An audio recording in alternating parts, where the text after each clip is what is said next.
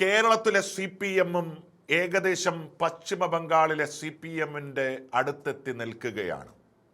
33 വർഷക്കാലം തുടർച്ചയായി ഭരിച്ച പശ്ചിമ ബംഗാളിൻ്റെ മണ്ണിൽ എങ്ങനെയാണ് CPM തകർന്നത് എന്ന് അറിവില്ലാത്തവരല്ല കേരളത്തിലെ പോളിറ്റ് ബ്യൂറോ അംഗങ്ങൾ. അത് കൃത്യതയോടുകൂടി തിരിച്ചറിഞ്ഞവരാണ് അവർ. അതുകൊണ്ട് തന്നെ അങ്ങനെ ഒരു അപകടം കേരളത്തിൽ ഉണ്ടാകാൻ പാടില്ല എന്ന മുന്നൊരുക്കം CPM-ന്റെ പല കോണുകളിലും പല കമ്മിറ്റികളിലും ഉണ്ടായിരുന്നു.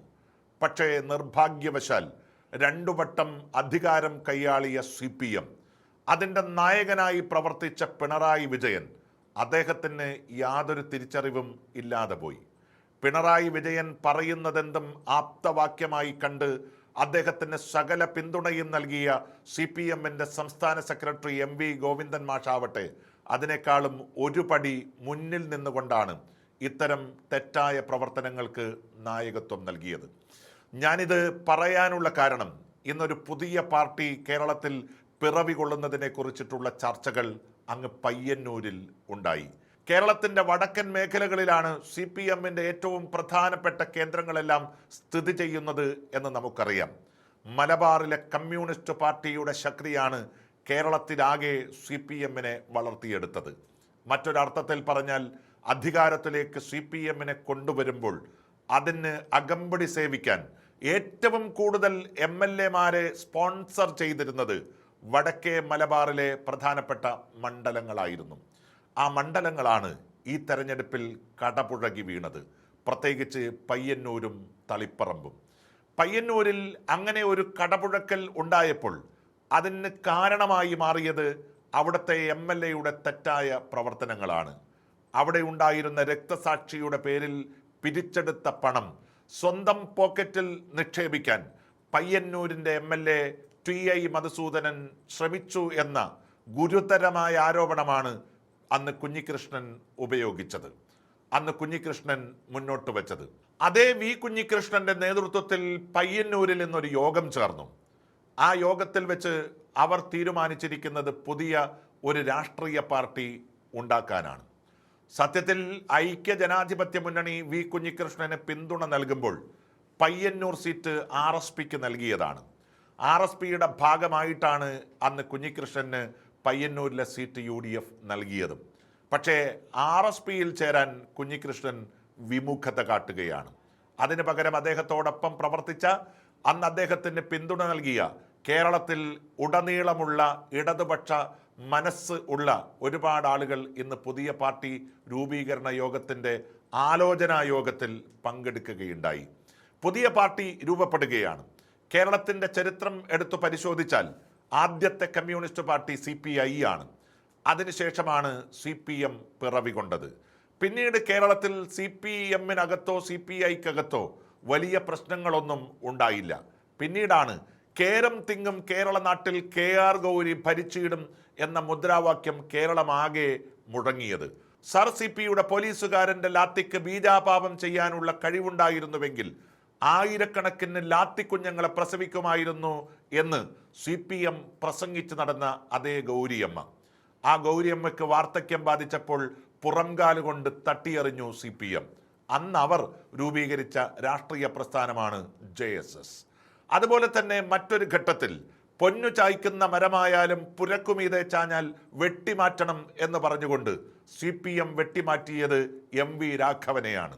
മലബാറിലെ ഏറ്റവും പ്രധാനപ്പെട്ട CPM-ന്റെ മുന്നണി പോരാളിയായി പ്രവർത്തിച്ച MV രാഘവൻ കേരളത്തിൽ DYFI എന്ന് പറയുന്ന പ്രസ്ഥാനമുണ്ടായപ്പോൾ ആ പ്രസ്ഥാനത്തിലെ യുവാക്കൾക്ക് അതിശക്തമായിട്ടുള്ള ആവേശത്തിൻ്റെ മുഖമായി മാറിയ MV രാഘവൻ അദ്ദേഹത്തെ CPM പുറത്ത് ചാടിച്ചു. അതിനുശേഷം അദ്ദേഹം ഐക്യ ജനാധിപത്യ മുന്നണിയുടെ ഭാഗമായി മാറുമ്പോൾ അദ്ദേഹത്തിൻ്റെ പേരിലും കേരളത്തിലൊരു പാർട്ടി ഉണ്ടായിരുന്നു CMP. JSS-നും CMP-ക്കും ശേഷം CPM-നകത്തുനിന്ന് തന്നെ അടർന്നു വന്ന ആളുകൾ ഇപ്പോൾ പുതുതായി മറ്റൊരു രാഷ്ട്രീയ പാർട്ടിക്ക് രൂപം നൽകുകയാണ്.